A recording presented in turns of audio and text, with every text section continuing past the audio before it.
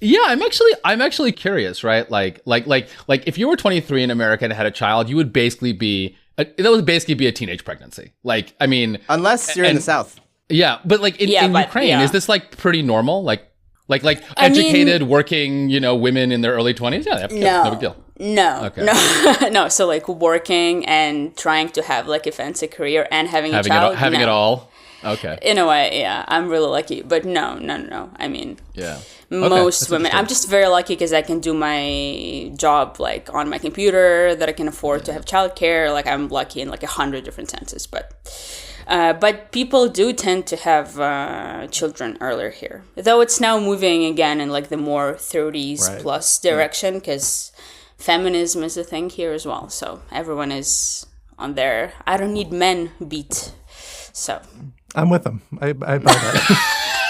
And that's why me, Scott, and Alan are about to leave the podcast. Exactly. It's just you got this, surprise! Right? We're gonna let you run with it. I'll just talk about motherhood for like 2 hours. That's fine. I would listen to that. I have things to say. I would. Oh my god, I would listen to an hour podcast of young mother in Ukraine today. Like that would. Well, I have a Substack post about it. I have a whole essay on it. So it's a good essay. Thank you. I will just say, I think it is fabulous. I mean, people should do whatever they want at whatever age they want. I advocate for traditional family values to all of my peers now. I'm like, just have babies. Like, it's not as bad as you think. Like babies are great. It's great. But also, by the time that she's in kindergarten, like for most of the day, I'm going to be still just 25. Like, I can do whatever the fuck I want for like the rest of my life, right? That and I is the have argument. The kid. That exactly. is the argument. So I am Scott, I'm curious what you think, but like I realize now that I'm going to have a small child. When my kids go to college. I'm going to have a small child well into my 40s, and I'm tired. Like that's one of the problems of like having a kid in your late 30s or mid 30s. Mm-hmm. You're like, I'm just tired all the time as a baseline because I am 15 years past my evolutionary biological peak. Like according to evolution, I should have been dead years ago, and I have two small children. Honestly, I have to take care of. According to several of us, dead years ago. That's not just evolution speaking.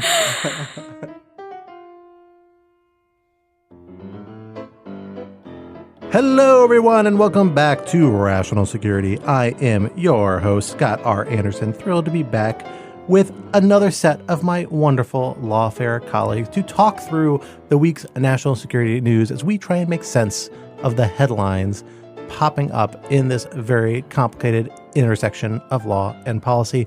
And I'm thrilled to be joined by my former co-host, current remaining colleague, and perhaps future host occasionally on the show when I can't make it, Alan Rosenstein. Alan, thank you for coming back on the pod. Still good friend. Still good friend. In spite of no longer co-host, as well as Lawfare managing editor, Tyler McBrien. Welcome back on the podcast. Thank you for having me. In the live studio, Tyler and I are actually in the same room. And it's incredibly warm in here. I'm realizing by virtue of the fact that I can't see through my glasses because of the fact that they are fogging up. So I'm just going to go ahead and take those off. It is pretty steamy in here. It's pretty steamy in here. Not just because Tyler's here. It's Spicy Tyler. Although I'm sure it's not helping. But it's pretty steamy all around. This is why we can't do this in person. Yes, exactly. This is why I do it from home. And we're thrilled to have on here a newbie, a first-timer from the greater Lawfare cinematic universe, Anastasiia Lapatina. Yes, you rocked it. Did I get it? All right, I nailed it. I've been saying this wrong for months, and I feel horrible about this, mostly to myself, fortunately. But we are thrilled to have you with us. For folks who may not be familiar, Anastasiia or Nastya, as we call you around the office, has been working with us for the last several months from Ukraine on, among other things, a very exciting Ukraine podcast project, and kicking in on a number of other podcasts and writing projects. And we're thrilled to have you on the Rational Security for the first time. Thank you for having me. This is a bit stressful, but very exciting. Well, we are confident from the way our editorial meetings have gone that you are up to the task of bantering and shutting us down as we go dig into a couple of our big topics for the week, which include topic one, a shot across the Rubicon. Reports indicate that President Biden and UK counterparts may be on the verge of giving Ukraine approval to use their advanced weapon systems to strike deep into Russia, despite Russian President Vladimir Putin's threat that doing so would be seen as an act of war. How risky a move is this, and what are its strategic advantages and disadvantages? Topic two, dialing M. Thousands of Lebanese, many of them members of the terrorist group and political movement Hezbollah, were killed or injured yesterday when their pagers detonated in what many suspect was a complex terrorism operation by Israel. Perhaps not the last one. We've gotten reports just in the last hour that there may have been another wave of detonations of a different type of communications device, also in Lebanon. While some are proclaiming this to be the most accurate counterterrorism operation in history, others are saying it was indiscriminate in its disregard for possible civilian loss of life. What should we make of this operation, and what impact will it have on the broader Israeli-Palestinian conflict? And topic 3, TikTok on the docket. D-O-K-K-I-T. TikTok. They're almost the same word if you flip them. I'm very tired. I didn't sleep a lot last night. I want to come up with this. Challengers of the federal law that would ban TikTok had at least their first day in court yesterday in oral arguments before the D.C. Circuit. How were their criticisms received by the 3-judge panel, and what will be the implications of their ruling, both for the law and for TikTok more generally? So for our first topic, we know coming later this week is what has been described and reported as a very high-level meeting between the Biden administration and the administration of Keir Starmer, the new prime minister of the United Kingdom. And the top item of debate has been this long-standing request by the Ukrainian government for permission to use certain types of very high-end UK and US, primarily US, missile systems and associated technologies to strike across the border into Russia, something these governments have so far declined to give authorization for. And in particular, these are types of technology that use different types of imaging sensors and arrays to be able to go very deep behind enemy lines. Essentially, they are nonlinear. They kind of self-pilot themselves towards a target, at least in a number of cases, using essentially satellite imagery to guide themselves across terrain. So they're both very accurate, and they can operate in a more evasive pattern and deep into territory in a way that conventional arms are difficult to do. So potential pretty significant move, an escalation of the threat level to Russia, certainly. And we know that this is viewed as a problem, at least by at least one Russian, probably many Russians, and that is Russian President Vladimir Putin, because we have seen a pretty notable response. He has threatened in the last week or two it indicated that he would view this authorization as essentially a declaration of war, an act of war by NATO, suggesting that the U.S. and U.K. would be implicating other NATO member states in some sort of offensive military action that would escalate. This is not the first time, it's worth noting, Vladimir Putin has made threats like this.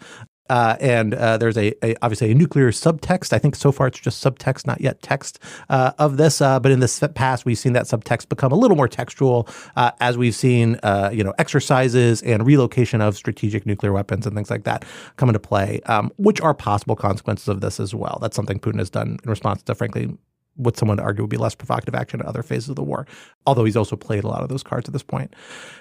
It's a big move, potentially a big strategic move, and it's one the Ukrainians have been agitating for a really long time, and that has become, frankly, a point of real friction in the bilateral relationship. Nastya, let me start with you for that reason. Tell us a little bit about the history behind this dispute, why it's become such an issue, why it is so important to the Ukrainians strategically and perhaps politically as well, to at least, Zelensky and others who obviously have a political stake in the ongoing of this conflict.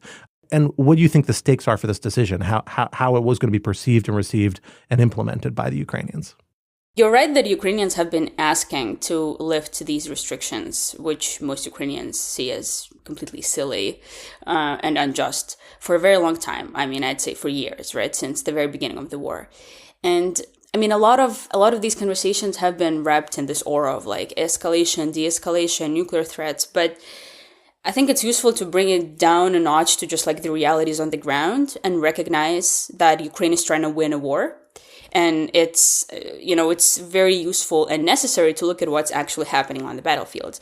And what's happening on the battlefield is that there are hundreds and hundreds of places in Russia that the Kremlin uses to attack Ukrainian territory and kill Ukrainian civilians and the Ukrainian military that Ukraine can't strike back. And the only reason why we can't strike it back is because the US isn't letting us to do that.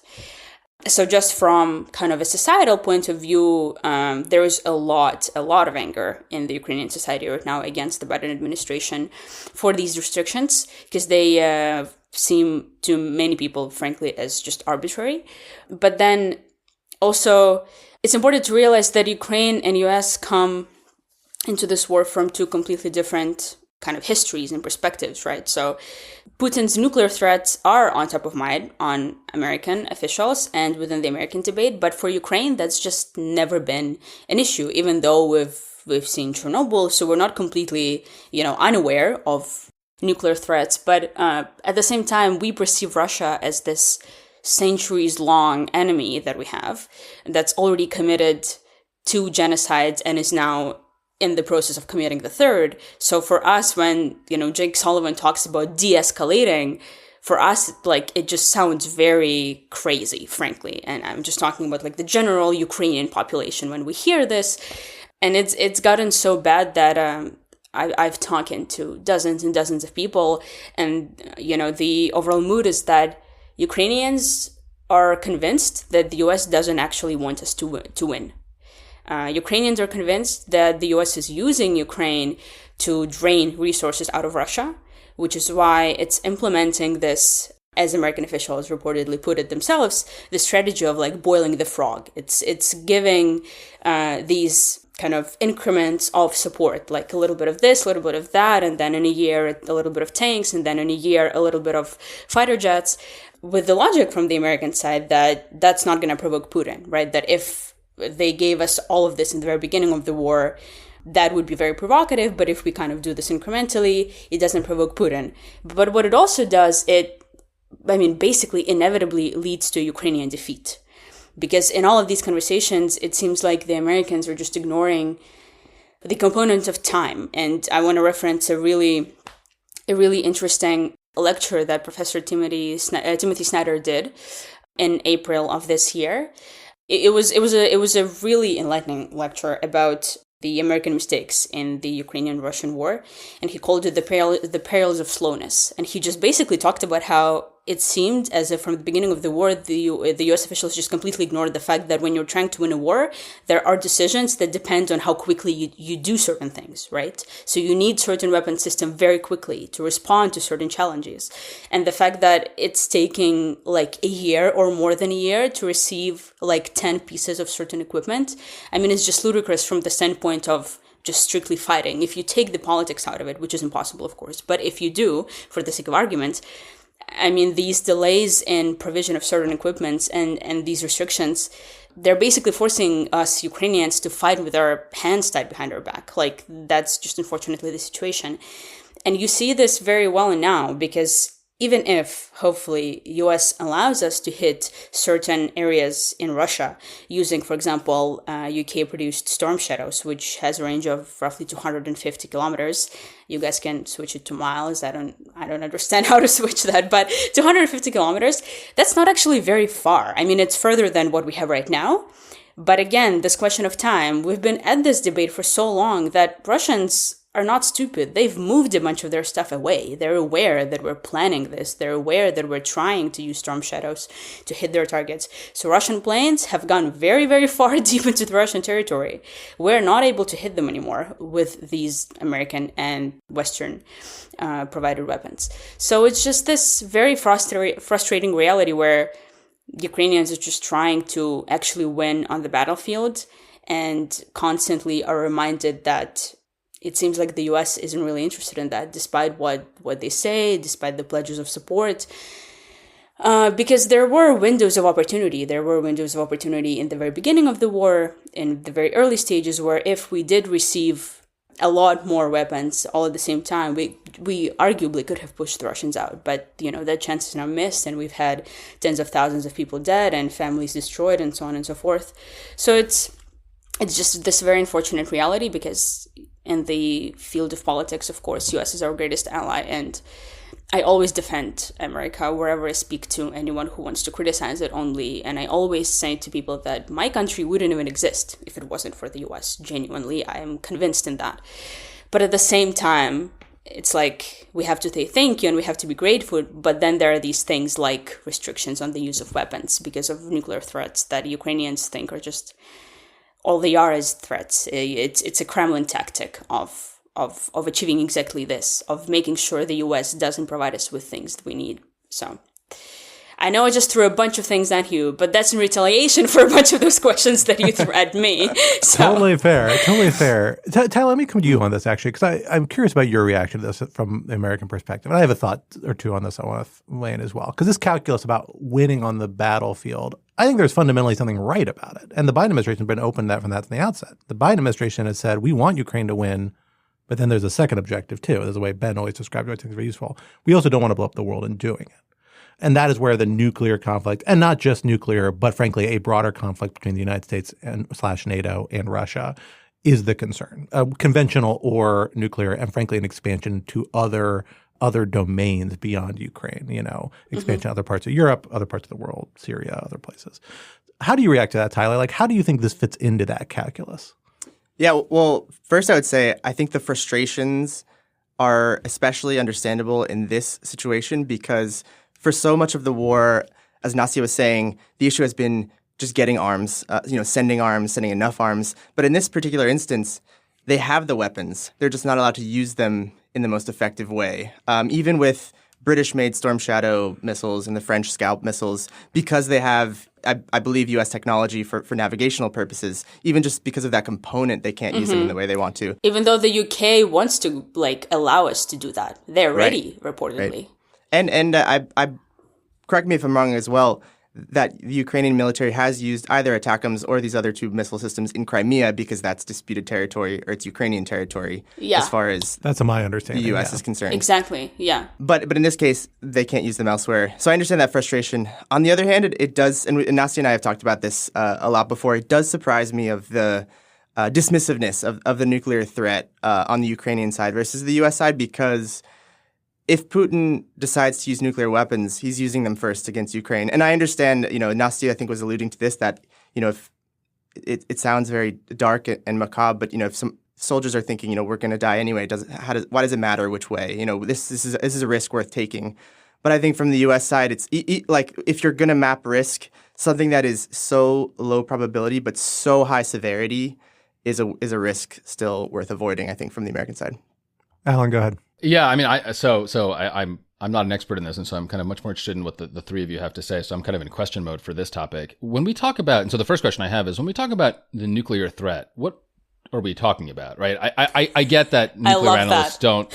I get that nuclear analysts don't love the idea of the little tactical nuke, right? It's like not the big deal because obviously it's still a big deal, but there is still a difference between a tactical nuclear weapon, a small nuclear weapon exploded somewhere, on the battlefield in eastern Ukraine to send a message that, hey, I'm not screwing around, versus an ICBM sent at Washington, D.C., right? There's just a very wide range. Right. And so I'm curious, when we talk about the nuclear threat, I mean, what are we talking about that we should take seriously? I assume no one thinks that inbound nukes to D.C. is the concern here. That's what I think everyone in the U.S. is worried about. That's my perception. So I think that's actually a bit of a caricature. And if you look at the reporting and people reporting from senior administration officials, what they say the concern is that the background concern for the whole conflict is major power conflict, right? That has a nuclear element. But major power conflict isn't just nuclear. It's also large scale and kind of, again, multi-domain conventional warfare. And so for this particular action, the specific consequences that you hear people voicing concerns over is that Russia is going to escalate across other domains in a way that's going to more directly affect U.S. and NATO and Western interests. So the one that gets raised up most frequently because it's the current other hot shooting war is that more arms are going to, or technology is going to be transferred to the Iranians and through the Iranians to the Houthis, right? To shut down additional maritime traffic through the Middle East and the Red Sea, right? Which is something that hurts the global economy, hurts Russia too in a lot of ways, but not nearly to the extent it did, frankly, before U.S. sanctions that were in Western sanctions installed in 2022, and will be disproportionately negative for the United States and for Europe in particular. Europe actually even more than the United States in a lot of ways because of oil transit and reliance. You also could see North Korea being another pressure point, right, where you have the United States deeply committed, even to the point of relocating like nuclear launch subs to South Korea to defend against hostilities from North Korea. Well, if you up North Korea's tactical capability, whether it's tactical nuclear capability, which currently I think is like fairly limited for North Koreans, that could be a major concern because it creates a whole different range of potential escalations on the Korean Peninsula. So it's those sorts of escalations that are more realistic, I think, direct concern. Overhanging all of it is the nuclear threat, right? The concern that eventually, once we have escalation, we're going to eventually reach a stage where we have a nuclear conflict. But the real concern here is that you're taking steps up multiple escalation ladders that all lead there. And as you open up all those different interests, A, in the short term, you have a lot more direct injury to other U.S. and Western interests outside of the Ukraine context, and B, a lot more avenues to this worst case outcome, which is the nuclear possibility down the road. And just to add, I think when U.S. officials talk about the nuclear threat, what they're also saying is that even the use of a tactical nuke, which is still bad in and of itself, would be an escalatory step because, and not to get too IR theorist about this, it would be a breaking of a long-held norm. It would be the breaking of a nuclear taboo against, the use of nuclear weapons. And Russia has never broken norms before, right? As we know. This particular norm, hasn't been broken since, the end of World War II. But I understand, to your point, I understand to the Ukrainian ear, what Scott just said is a lot of hypotheticals and what ifs. What I just said doesn't really matter because, it's already escalated to the highest possible point for Ukrainians anyway. Exactly. But I think the U.S. has other interests.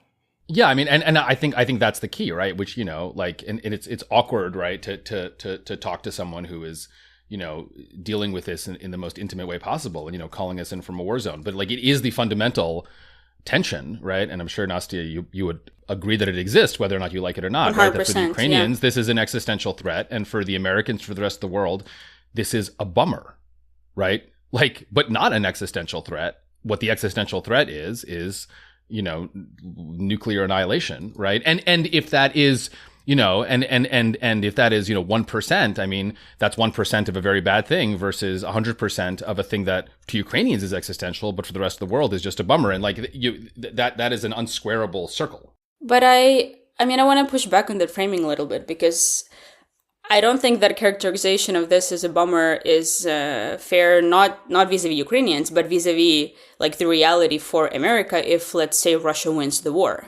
And I also think that more people should start imagining what that world is going to look like, right?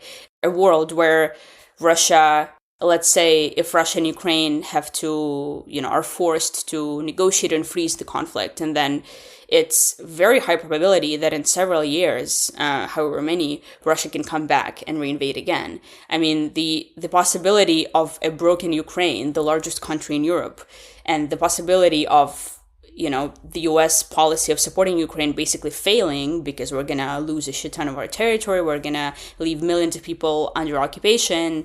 The outcomes of a loss of Ukraine are not just a bummer. It's going to reshape the international order, which has already been reshaped very much so. But, again, the thing that many people talk about as well, the fact that Putin is not going to stop at Ukraine. I'm convinced in that. I don't think that's just a talking point to get more aid into Kyiv. I think that's true. And Putin's rhetoric has been pretty clear that this is for him a war against the West. And one could say that the West has been losing in that war, right? So I just think the stakes are much higher. I think the stakes are much higher, which means that it's not doing the morally correct thing of helping Ukraine win. It's also the fact that Ukraine is protecting Europe from Russia, literally.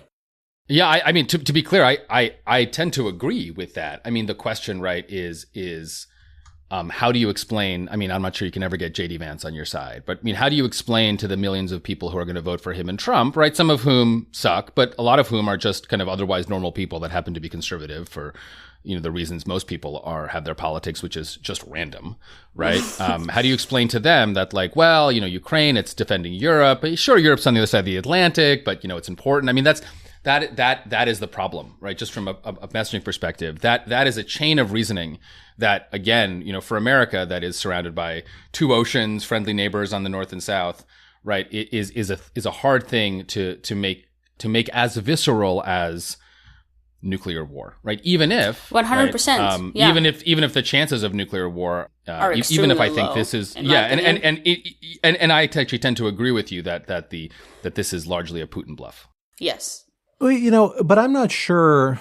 I think it's a Putin bluff on the nuclear stage. Although I do think we have to think serious about tactical nuclear weapons and think about it seriously in Ukraine. Like that is the domain in which Russia would deploy tactical nuclear weapons. And I don't think I'm not convinced that that's not actually a significant battlefield game changer if he were willing to do that. I think the global consequences probably will deter him from doing that. But it is a serious consideration. Like I think it's one of the few things that he could do on the battlefield that he hasn't done already. That would be, and who the hell knows what that means, right, in practice. And that I think that might be something that is easy to say from afar when I'm not experienced the status quo, but it's still something to think about strategically. But the bigger question, I think, for the United States in all this is that, and the reason why I suspect you're going to see this decision move forward is that we're at a stage now where the United States strategy for a long time seemed to be a time one, where the assumption that the idea that time was against the Ukrainians actually was not the operating assumption for Americans for a long time for the West. I think the assumption was actually the time is on the favor of the Ukrainians because the longer we can hold out and help Ukrainian hold their territory, it becomes clear Putin's not going to achieve his main objective, which was taking back all of Ukraine. And the weaker he's going to be. The weaker he's going to be. And the more time you have for economic sanctions to kick in, which frankly was something the Biden administration, the West really relied on for a long time. I think that strategy most people have accepted as a failure because Putin has shown a lot more resilient. I don't think that means that people are willing to throw their hat in the ring with a military defeat of Russia. Because I don't think, frankly, many people in the West think that's very likely. And I think the counteroffensive failure probably put the nail in the coffin of that being something that they're going to put a lot of investment in the near future, if I'm being completely honest. What I do think you might get is now the game becomes, well, if this is a war of attrition, is this a game to see who can hold out the longest? The way you win a war of attrition is you make it as painful for the other party as possible.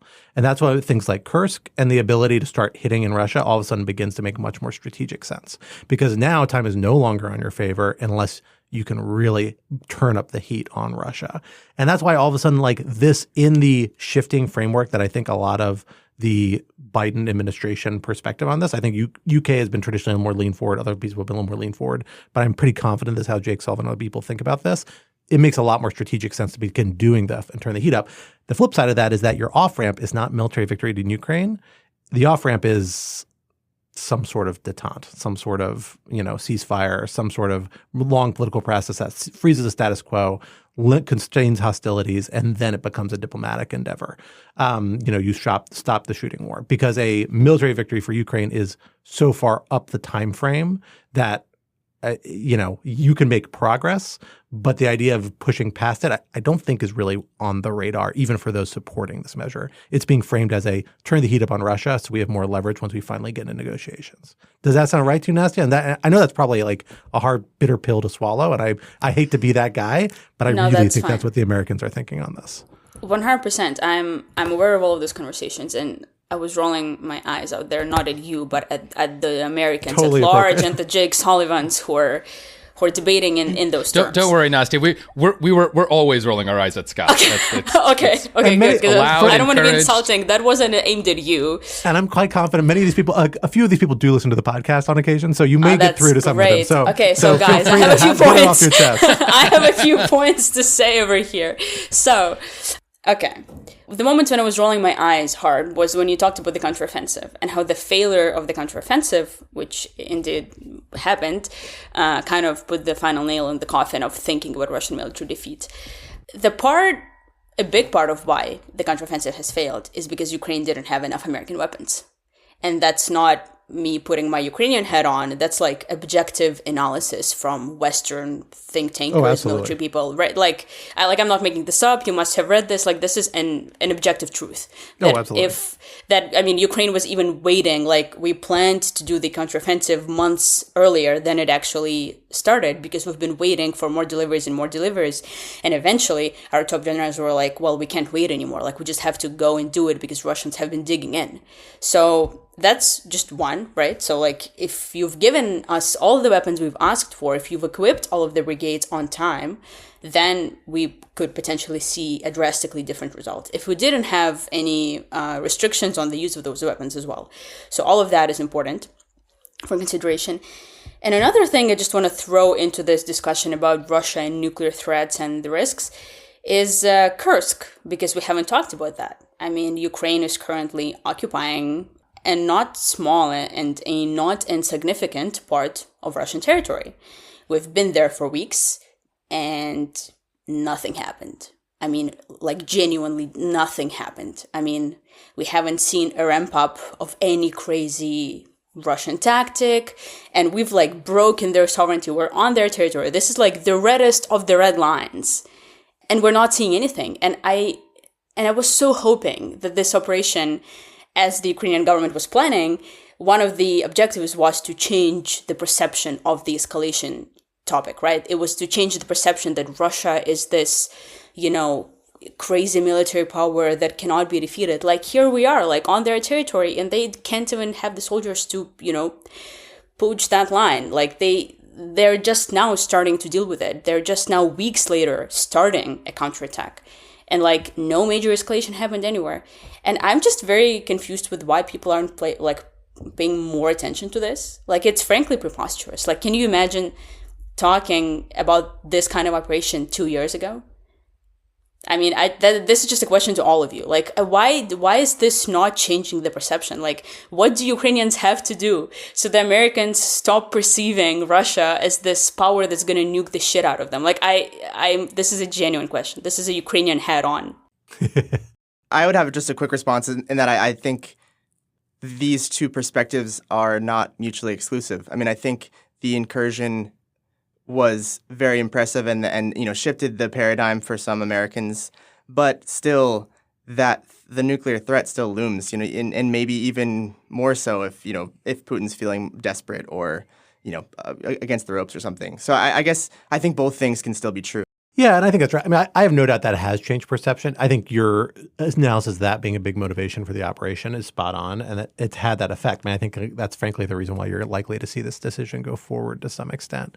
The ability to do that, I don't think, has it is likely to drive the United States and Western allies to the camp that all of a sudden Russia is going to be full-on military defeatable in the full way that we want, a complete reclamation of Ukrainian territory, because it's just two different scales of things. And a big reason for that constraint is exactly what you hit on. It's not on the Ukrainians, it's on the Americans and on the West, because the tolerance for the level of support and the duration of support is not real. But that's something that's outside of Joe Biden's control, outside of anybody's control, except for the American people and the people they elect to Congress. And unfortunately, the election results, while they will be different, it's not going to be that much better terrain for securing this in the long run for the next 2 to 4 to 6 years. And that is the biggest part of the calculus that I don't want to ignore. That, like, I think a big reason of the constraint here is from the West, not from Ukrainians. But I think it's a political reality that people are wrestling with and feel like they have to deal with. I know it's not a satisfactory answer, but hopefully it gets partway there. Yeah. I mean, I'm not looking for good answers. I'm just looking to understand where people are coming from, because very often it is very frustrating.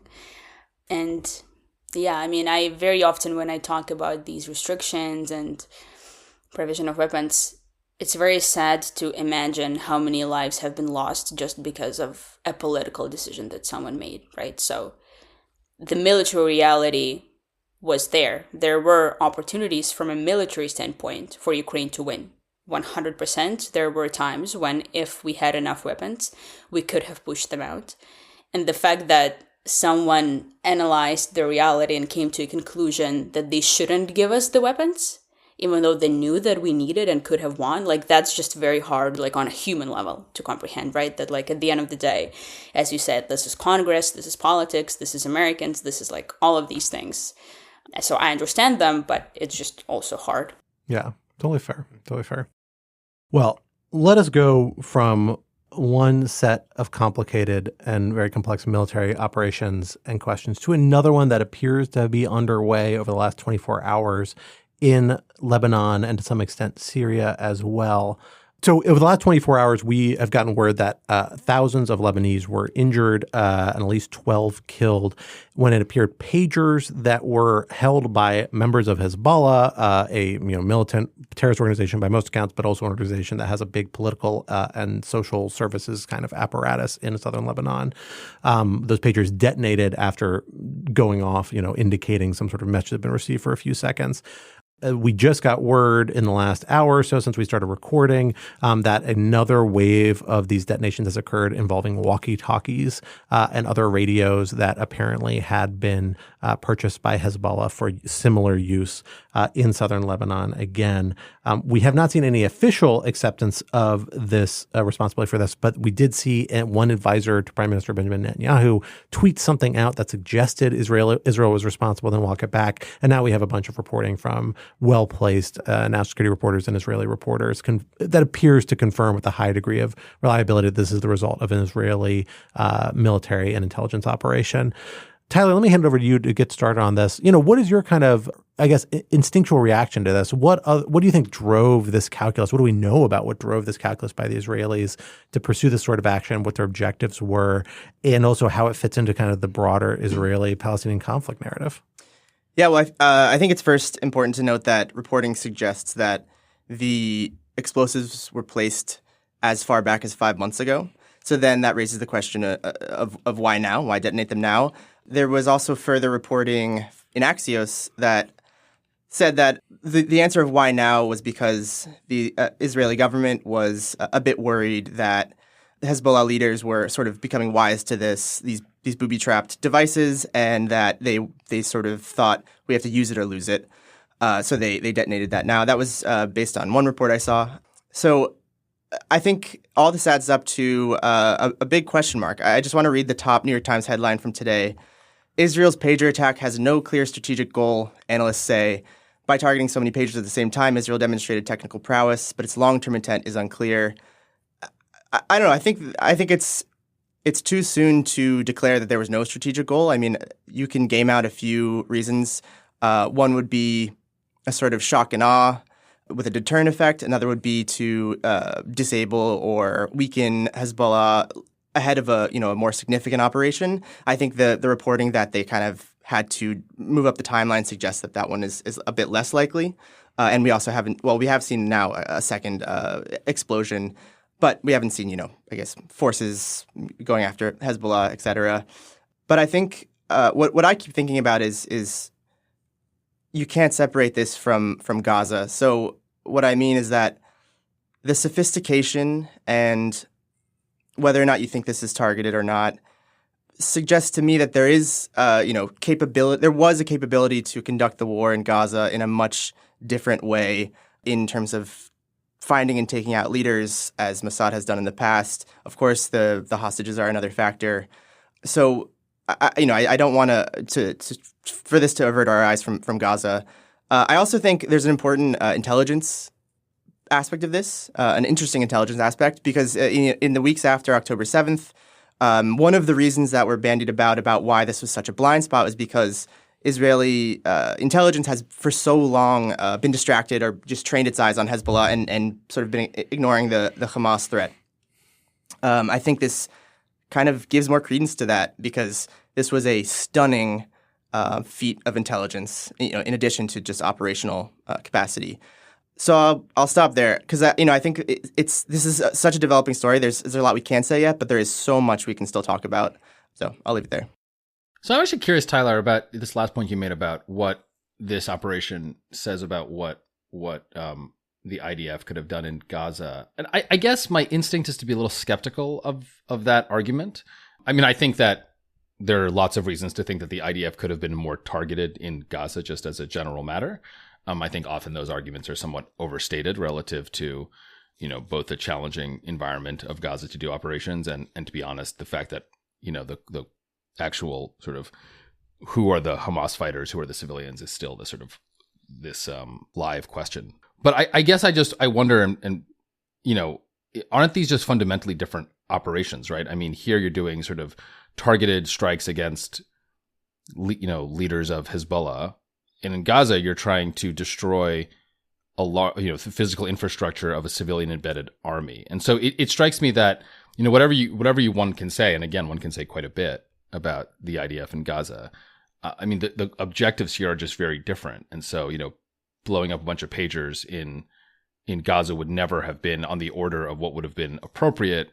Again, even putting aside the hostages, just given Israel's stated objectives, of destroying Hamas's military capabilities. Right now, we can get into this question of were those the right objectives and things of that nature. But I don't know. That sounded discordant to me as you were talking. But maybe I'm on a sort of be fair to your point. Yeah, it's a fair point. It just, and I will caveat this with saying I am not a military analyst, an operational expert by any means, but it just seems that Mossad and the Israeli intelligence and security apparatus took a huge reputational hit on October 7th. I think they've gained a lot of that back after this, and it's a good reminder of that. Just hammering Gaza and leveling it to the ground, killing 15,000 children, whatever the numbers may be, just seems like a choice rather than a necessity, given this amazing demonstration of their capabilities. I want to agree with Tyler, and also with a similar kind of caveat that I'm not a military expert, but I have always perceived and kind of knew of Israel as this country with incredible military and incredible intelligence services that can do so many amazing things. I mean, it's even a part of like the Ukrainian culture. So many people say that we want to be like Mossad. We want to have these amazing like capabilities. It's like a whole thing in my country. So I've always perceived Israel as that. So to me, as just like a person who is watching the conflict, and my social feeds are full of people on both sides, not just one side. I've always thought that like if this is the best that they could have done, then I'm just like really sad about the state of military affairs in the world, like as an art and like as a field. Like, I mean, I've said that to so many people that like if like this kind of operations and these deaths and this kind of destruction is really the best that they could have gotten, and like even with all the challenges that I'm aware of, like if this is the best they could have done with the kind of precision and military and technical prowess that you claim to have, that like this is just really sad. Then I mean, we need more people to study military affairs or like operations, or like we need some sort of real change in this area. Because so I just want to agree with Tyler in that sense.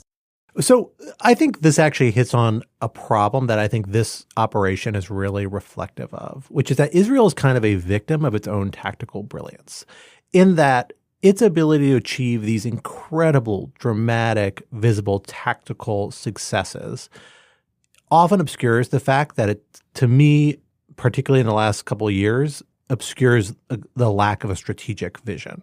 And part of that is, frankly, because it has this cult following among particularly Americans, but really worldwide, as you just testified to, Nastya, right? Like everyone's automatic reaction when they do this is like, man, this is so impressive they did this. Look how much they pulled this off. And it really leads people to only make a third or fourth order question to say, why? And what purpose did this serve? In this case, initially in our internal Lawfare Slack, which has like a lot of Middle East politics and conflict watchers like me, Ben, like Tyler, a lot of us spend a lot of time thinking and talking about this stuff. We were going back and forth saying, well, what was this? And we anticipated what actually appears to have been the original intent behind this operation, or this capacity being built in months ago, was that this seemed like an effort to completely undermine Hezbollah's communications capacity before a major military operation. So what would you do if you were going to suddenly invade southern Lebanon, whether generally like a new 2006 type war, or more targetedly to like eliminate stores of missiles that these very serious stores of missiles that pose a very real threat to northern Israel, right? You would kill their communications, and there's a great way to do that. Kill a bunch of people, also kill their communications, and make people afraid to touch their phones, so that even if you don't fully penetrate the network, everyone's afraid to use their phones and their radios, right? But that doesn't appear to have been the case, because no military operation was forthcoming along these lines. Instead, what was this? Well, we now have reporting from Axios that says this was a use or lose operation. They did this because they had been uncovered by Hezbollah, or on the verge of becoming uncovered, and thought they were going to pull all these phones. And now I suspect that's the same argument behind these walkie-talkies that have now been detonated more recently. So now it's actually not strategic at all. It's a blown operation, right? The strategic objective, which made a lot of sense and has capacity here, failed because it was uncovered. Maybe it was realistic, or maybe it was unrealistic from the outset to think that it was not going to be uncovered at some point. Who knows? That's going to require more facts we have available to us. But certainly not a strategically brilliant maneuver, right? It's an accident. That's very interesting. It's crazy. And so like the number of people, very smart people, calling this a strategically brilliant move, I think is kind of a little absurd because it wasn't even deliberate as far as we can tell. Many Israeli supporters, of course, are saying that this was incredible. Yeah. Always, because it is so dramatic and it is impressive that they had this capacity to begin with. And then you have to say, well, like, what does it mean that they do this now, right? You get the use or lose capacity element of it. But if it sounds like from this Axios reporting, they made this decision over the course of several hours. They made it while the U.S. special envoy was there, specifically trying to negotiate a de-escalation along the north. So it's a complete spit in the eye of the Biden administration. It is coming off the wave of where they just got off with a pretty limited Hezbollah response to the targeting of Hezbollah leadership a few months ago. So we're now setting the stage for a much more serious escalation in the north, which is something that, in theory, the Israelis should be quite afraid of. Certainly the tens of thousands of Israelis that have fled the north seem to be afraid of. And, this is all taking place in an environment where it's against the backdrop of you already having a major front on the south. And the reason why you haven't, at least one of the major reasons why many people think you haven't seen a breakout in the north, is because the United States parked an aircraft carrier off your coast and threatened Hezbollah. But all of a sudden, it looks like, again, Israel is in this position where it is able to leverage its political position to be a much more provocative actor. And to frankly, in this case, where, again, this was a use or lose sort of situation, seems to be put a pretty low premium on this risk of escalation compared to the ability to do this. And I think the best explanation for it I've heard is an interview I did with Joel Bronold, who is a phenomenal Middle East expert and the head of prominent Middle East, the S. David Abraham Center for Middle East Peace, which is a phenomenal group and is very involved in this stuff. And he mentioned that there's a dominant view in Israeli political circle that's currently in control, and with that a lot of Israelis share, which is like the way to win these wars is just to beat people and bully them into submission. And you do that by showing off a lot of capacity and responding in a way that maybe not legally, but at least kind of looks disproportionately, and being fierce and being as fierce as you can. And that's the way to deter people. And maybe that's right. Maybe that's wrong. I'm skeptical of that view, given that I don't think that's the same strategy that doesn't seem to have worked very well so far in the last several decades of Israeli history. But, it's just as a perspective that really draws into question a lot of the political dynamics around, U.S. engagement, like a lot of the risks of it. I promise you the Biden administration was not happy about this, even though, frankly, they're going to be hesitant to publicly criticize it because, again, you're targeting a terrorist group. And if we're going to be honest, this is not a targeted operation as far as we know. Like, again, Hezbollah has lots of groups in it that aren't militants. And so they're not lawful targets under the law of armed conflict, even if they're members of Hezbollah's political organization. Now, maybe these pages were all held just by military officers, by operatives. That's possible. But the reporting suggests that wasn't the case. And then you run the risk of what happens to these things? Like Lebanon has a huge, black market. Do a lot of these things end up getting sold to third parties? Probably. I suspect they do. A 9-year-old girl was killed, right? Yeah, exactly. And then all these people you're on a bus, you're in a household home. They did this in the evening, at least in the first wave, not the second wave. This raises a ton of really, really hard questions, I think. And so the initially kind of celebratory response, I think, is misguided and is going to look pretty bad in hindsight as we dwell on this a little bit more over the next couple of days.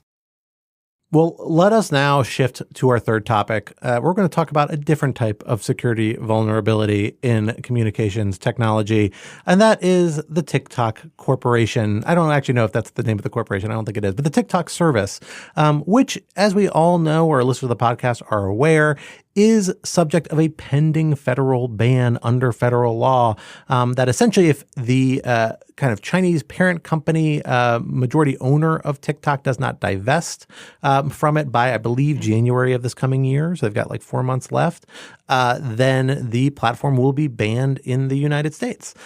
This law is now the subject of a legal challenge. This is something that the architects of this law anticipated and actually designed a special sort of expedited jurisdictional procedure. So we jumped right to the D.C. Circuit Court of Appeals to hear the first round of arguments in this past week. Alan, you were there listening to the arguments, not there. You were listening to the arguments, not there, but in Minnesota, but listening to them live. You were in the cloud listening to them. Tell us a little bit about what you heard and what it means for this law and for the TikTok service generally, as this is kind of one of those big developments that is very national security driven, but is going to be experienced by many Americans who use TikTok day to day, including many of our colleagues here at Lawfare, not me, but many of our other colleagues. Does anyone at Lawfare use TikTok? Actually, not sure they do. I think people at Lawfare are kind of scared away, but a lot of people in the world do. That's true. That's true. And most importantly for our purposes and for the lawsuit's purposes, in America, there are 170 million active users of TikTok, which is a remarkably large number. So the kind of TLDR version of the hearing was that it was just an extremely bad day for TikTok. And I think it is very likely, and I have talked to many people who, and I should say, I'm one of the kind of few legal academics who both supports the law and has always thought it was constitutional from the get-go. And so most of my interlocutors are people who do not like the law and do not think it is constitutional. And most of those people that I've talked to are coming around to the idea that TikTok is going to lose pretty badly in the DC circuit. Earlier this week, we released a podcast hosted by our colleague Kevin Frazier with me and two other great academics, Jane Bambauer in Florida and Ramya Krishnan, who works at the Knight Institute at Columbia, going through the argument in a lot of detail. So if folks are really interested in a deep dive, they can listen to that. But I do think the consensus increasingly is that TikTok is going to lose at the DC circuit and lose pretty badly, which I think would be notable because it is a very cross-ideological panel. So the panel was Chief Judge Sri Srinivasan, who is an Obama appointee, was, I think, the acting Solicitor General or the deputy, some very high in this SG's office in the Obama administration. Judge Nomi Rao, who's a Trump appointee, and Judge Douglas Ginsburg, who has been on the bench for actually a very, very long time, many decades, and is considered a kind of traditional kind of conservative. And TikTok was not really getting any joy from any of these judges. And so, I think that when TikTok loses this case, as I, again, really think that it will, probably, I would guess, honestly, it could be as early as late next month, early November. I think the DC Circuit actually could move very quickly on this. And then it goes to the Supreme Court. Obviously, the Supreme Court will review this de novo. And so really the DC Circuit's opinion is sort of, I like to think of it as it's less of an opinion as more of a memo to the bosses, as a kind of, hey, here's a first draft of what we think this opinion should be. I think they'll have a lot of weight with the Supreme Court. Quick question, clarification on that, Alan. Does the statute restrict en banc review or cert review, or is it still goes to en banc? My recollection is it still can go to en banc review and then is subject to discretionary cert petition. So like the Supreme Court might not take it up. So what I would expect will happen is the DC Circuit opinion will come down. It'll be a 3-0 loss for TikTok. TikTok could petition the DC Circuit for a hearing en banc. I don't think that'll happen because I think everyone realizes that this is going straight to the Supreme Court. They don't have to take the case. And it is, I guess, conceivable that especially if the DC Circuit upholds the law, the Supreme Court could just leave it at that.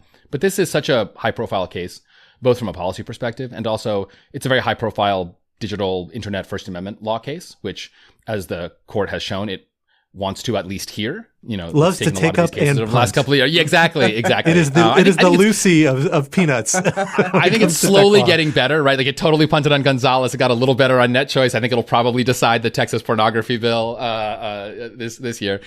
So I think it's going straight to the Supreme Court. Well, can I stop you there? I'm curious because as you mentioned, I believe the January deadline is fast approaching. We may get a decision quick on this, but then the appeals process. So how does it affect the ban or divest deadline? Yeah, so this is actually a kind of interesting procedural question. So obviously, if the DC Circuit upholds the law, the law is still in effect. And I guess I mean TikTok could ask to stay the DC Circuit opinion, but that doesn't mean anything because the DC Circuit opinion is upholding the law.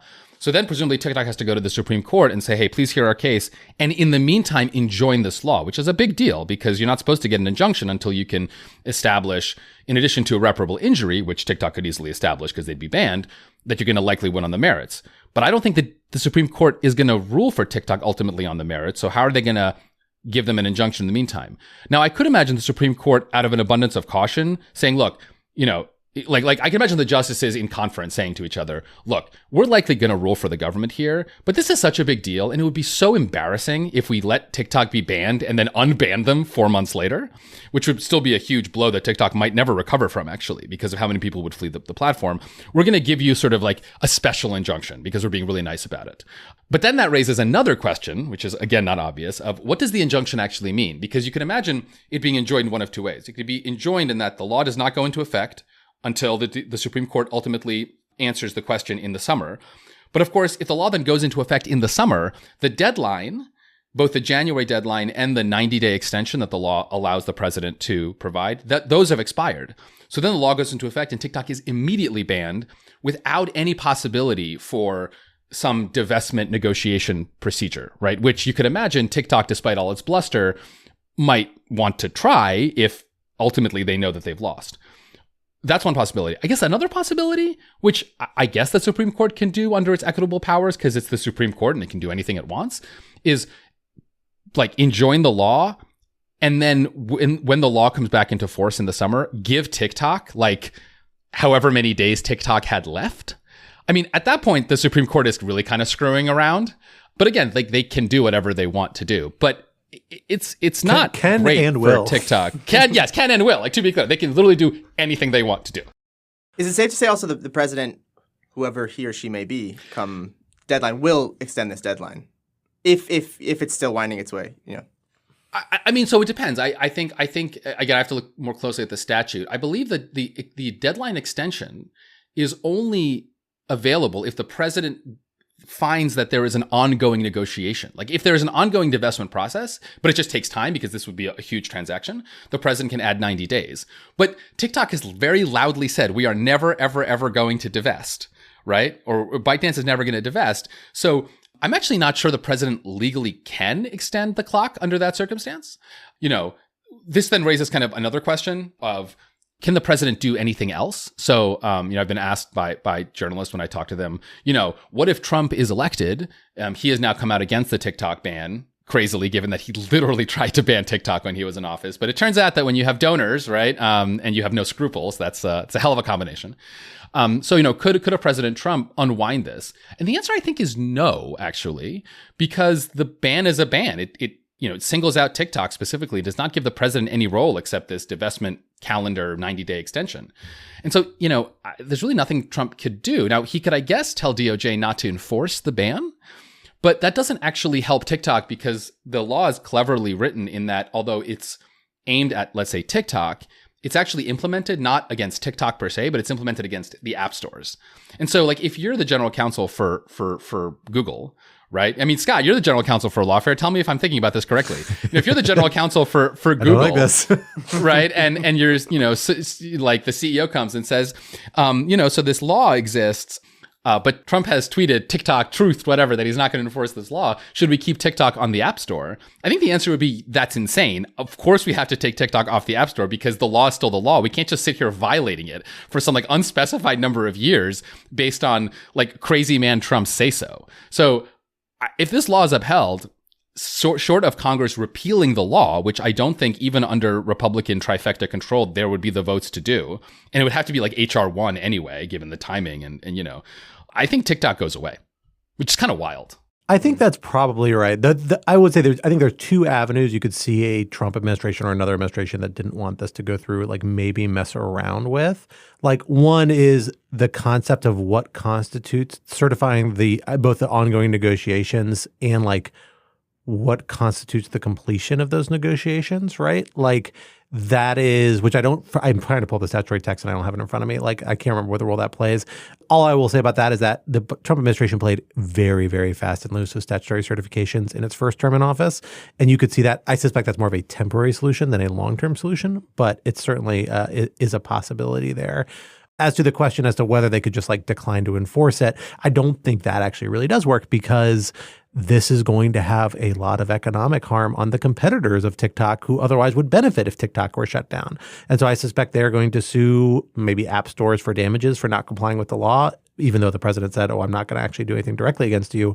That doesn't void them from civil damages. And there's no way the president can protect them from civil damages, barring like maybe some super creative use of IEPA, which would be the deepest irony because that's the same law he used to try and ban TikTok the first time. But I think it would require him to go way out on a limb further than he's probably willing to go, would be my guess. With the exception of maybe that certification provision gives a little bit of wiggle room, at least short to medium term. Yeah, you're right. So the law provides that the TikTok is banned unless there is a, quote, qualified divestiture. And a qualified divestiture is defined as a divestiture or transaction that the, quote, president through an interagency process certifies, right, like accomplishes the goal. And so it's this interesting question, might even implicate standing, Scott, your favorite thing, right? Of if, I thought there was an Trump argument that this whole matter didn't have standing, by the way, until there was enforcement action. But Biden took enforcement action 5 days ago, so I was like, don't even get me started on that, right? It's an interesting question of like if Trump just lies and says, there was a divestiture when there was like no divestiture, and therefore doesn't end run around Congress, does anyone have standing to sue? It's kind of it's a very interesting question to enforce the law, but yeah. I think there's almost certainly it's standing, still, but it's like, but the question is like, is there enough of a statutory definition that you can prove convincingly like he did not comply with it? And like, if there's enough threads there, despite Loper Bright, there's going to be plenty of deference on this particular question, particularly in national security space to the executive, and like there might be room for them to manipulate it. But then again, divestment's like a pretty concrete concept, so it's like hard to get too far from that. So I don't know. The one thing I query for you, Alan, is I heard some accounts. I think this came up in your conversation with Jane and Kevin on the Lawfare Daily that came up yesterday for those listening on the podcast, is that I thought they detected a bit more of a split between Srinivasan and Ginsburg and Rao, at least on the framing of like certain underlying national security interests, which might bear on the weighing with First Amendment interests of like the public. And if there is a split like that, then I would say en banc review like could be a problem. Srinivasan is just much more closer to the center of the active judges on the court in the D.C. Circuit than Rao or Ginsburg. Ginsburg is like an old generation of judges. He's senior judge, wouldn't even vote in en banc. And like he's just of a kind of old school conservative view. Rao is this new school Trumpy conservative view that is a vocal minority, but still a pretty well-established minority. Like a lot of Rao opinions die on en banc. And so like if there is a split there, I could see that being something that becomes relevant en banc with Srinivasan triumphing, even if his view loses 2-1 at this level. But maybe I'm wrong. Is there a divide between the two? Yeah, I mean, so it depends what you mean by divide. And I'll just say on Ginsburg, who was just like the funniest because he was both extremely snarky, kept saying we're wasting all our time here. Like Ginsburg is out of F's to give. It's like it's just an impressive thing. And at some point, I honestly thought he was going to like come down from the bench and just start arguing for the government. Like it was getting rough to listen to. So I will say, so again, part of it is, oral arguments are always a little hard to read. There's always a bit of a kind of in the eye of the beholder. I think that Jane and Ramya were a little more sort of hopeful on the TikTok side than I was. And again, I think a lot of it comes in with your priors. We'll just have to see, right? It's hard to know which one of us is right. I totally agree that Srinivasan was the most friendly to TikTok, but only relative to how unbelievably unfriendly Rao and Ginsburg were. So I don't actually think that, yes. And so I agree with you that, Scott, if it is a 2-1 split, Rao writing for the majority and Srinivasan in dissent, yes, I could imagine that going to en banc. I just don't think that's going to happen. I think it's going to be a 3-0 opinion written by Srinivasan with maybe like an extra spicy concurring opinion from Rao or Ginsburg. And, the reason I'm pretty confident in thinking that Srinivasan is going to rule for the government was he actually asked what I thought was a really difficult set of questions to TikTok and the users who are sort of arguing separately, but basically it's the same argument fundamentally, which is, are you really saying, right? And he actually asked with some degree of skepticism, are you really saying that if China and the United States were in a shooting war, this law would still be unconstitutional? And both lawyers, to their credit, did not take the maximalist position of, yes, they said, well, look, we still think, and the key point here is that strict scrutiny should still apply. And yes, we'll concede that in a shooting war, maybe the U.S. could justify something like this. Now, of course, their next sentence is, but this is not a shooting war, which is totally true, right? But the problem with that is, if the law is constitutional in a shooting war, then it's constitutional at some point, and then you have the standard law problem of, well, it's a spectrum, and where do you draw the line? Presumably, again, if it's constitutional in a shooting war, then it's constitutional some like epsilon greater than 0 to the left of a shooting war. And the question is, where is that? And if the petitioners want the D.C. Circuit to strike the law down, they're asking the D.C. Circuit to decide where the U.S. and China are geopolitically. Like, we're not in a shooting war. Are we in a Cold War? Are we in a geostrategic conflict? Are we frenemies? Like, I don't know how to characterize this. And I think no judge wants to either. I don't think Judge Srinivasan wants to sit there and say, call me when it's an actual war. He doesn't want to be in that position. No judge wants to be in that position. And, again, we haven't even talked about the classified evidence here that the judges are privy to, but the rest of us, including TikTok and the users, aren't. I bet there's some scary stuff in there, right? Just some generally scary stuff about China because it's a scary situation. And so because Srinivasan, also, executive, he's like a Elena Kagan type character, right? Is a solid liberal Democrat, but also, big executive power person because he spent years defending the Obama administration. He's super sensitive to that fact. And so, I think that exchange was when the wheels came off the bus for TikTok. And I would notice that was a Srinivasan exchange. So That's where I'm getting my 3-0 beatdown prediction from. I was going to make a joke, wondering if we're going to see a bunch of young content creators banding together to swing the youth vote toward Trump in a last-ditch effort to save TikTok. I think that's what Donald Trump is hoping. I know. That is the game. But we'll see. I think that the youths will be very upset, rightly so, and then they'll all move to Threads. Not Threads, sorry. They'll move to Reels. To Reels. Yeah. Just shows how much I know. Well, folks, that is the end of our time together for this week. But this would not be Rational Security if we did not leave you with some object lessons to ponder over in the week to come. Alan, what do you have for us this week? So I have a really fun TV show that my wife Hannah and I have been watching called Bad Monkey. It's Apple Plus, which again, I still have no idea why Apple is in the business of making television, but I'm really glad they do because they're really good at it.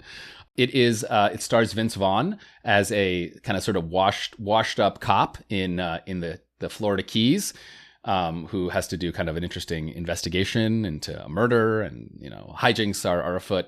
It's like a fun show, but I will say the real reason to watch it is because Vince Vaughn is unbelievably charismatic, and he's always been extremely charismatic, but I have always felt Swingers, that his baby. charisma, You got to go all the way back to Swingers, the classic. I have always felt that his charisma has always been like tinged with like a bit of a mean side. And I think what's great about Bad Monkey is I think that with it, he's finally become what he always was, which is a really charismatic, really smart talking, really wise ass, extremely nice guy.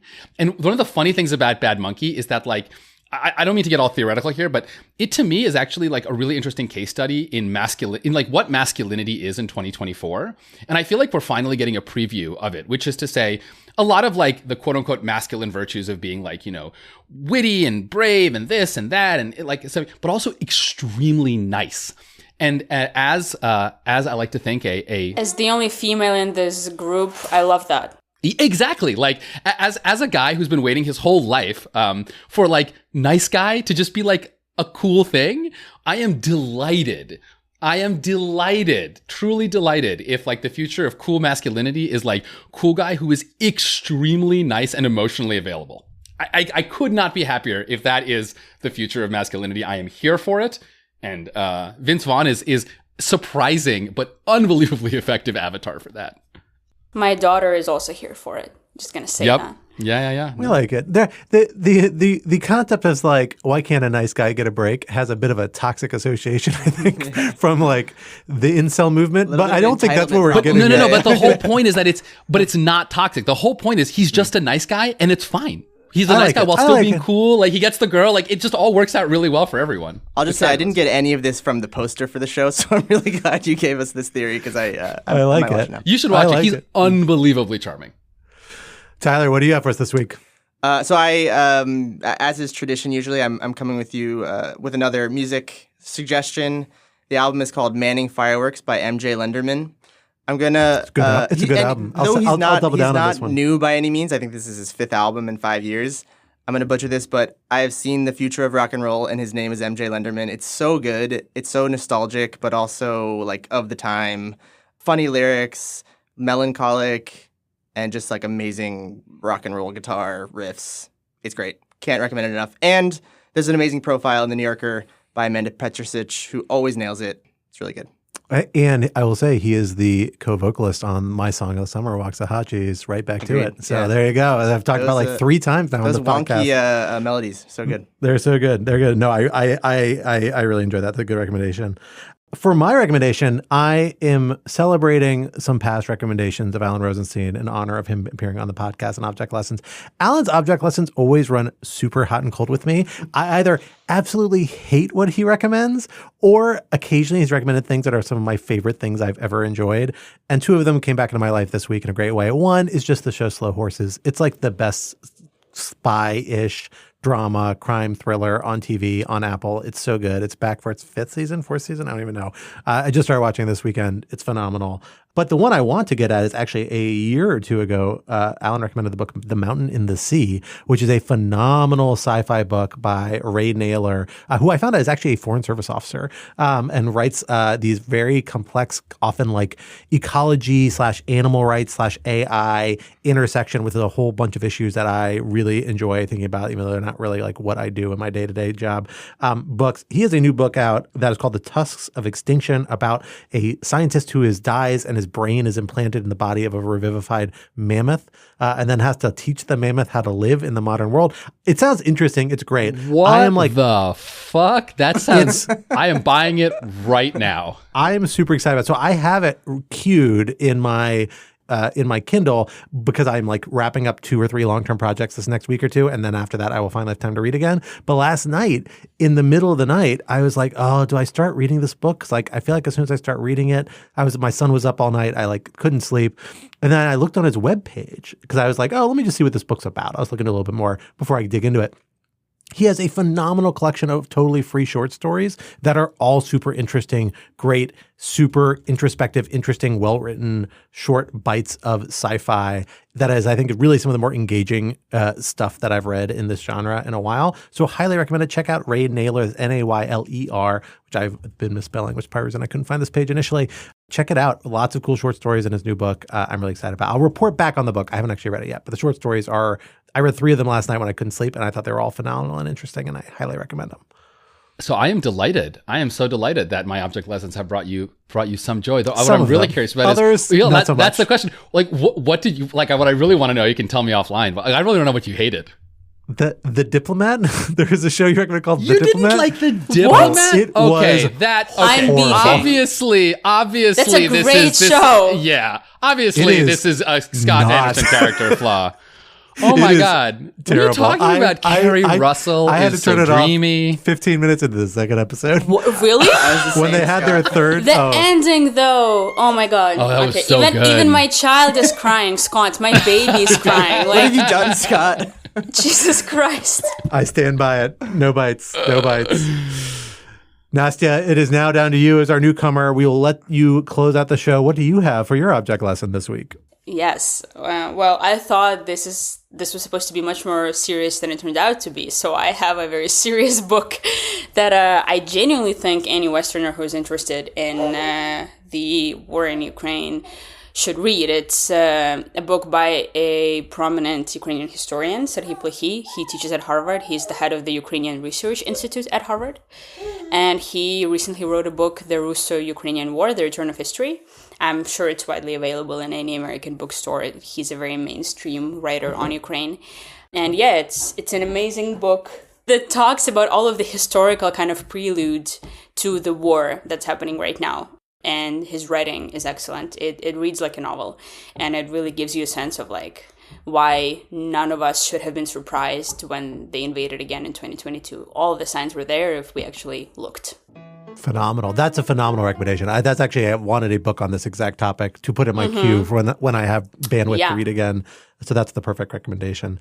Well, thank you. Well, thank you so much for joining us, Nastya and Alan and Tyler. Thank you. This was so fun. It was great having you on. But that brings us, sadly, to the end of this week's episode. But remember, Rational Security is, of course, a production of Lawfare, so be sure to visit lawfaremedia.org for our show page with links to past episodes, for our written work and the written work of other Lawfare contributors, and for information on Lawfare's other phenomenal podcast series. While you're at it, be sure to visit us on Twitter or X at RATL Security, and be sure to leave a rating or review wherever you might be listening. Also, sign up to become a material supporter of Lawfare on Patreon for an ad-free version of this podcast and other special benefits. For more information, visit lawfaremedia.org/support. Our audio engineer and producer this week was Noam Osband of Goat Rodeo, and our music, as always, was performed by Sophia Yan. And we are once again edited by the wonderful Jen Patcha. On behalf of my special guests, Alan, Tyler, and Nastya, I am Scott R. Anderson. We will talk to you next week. Until then, goodbye.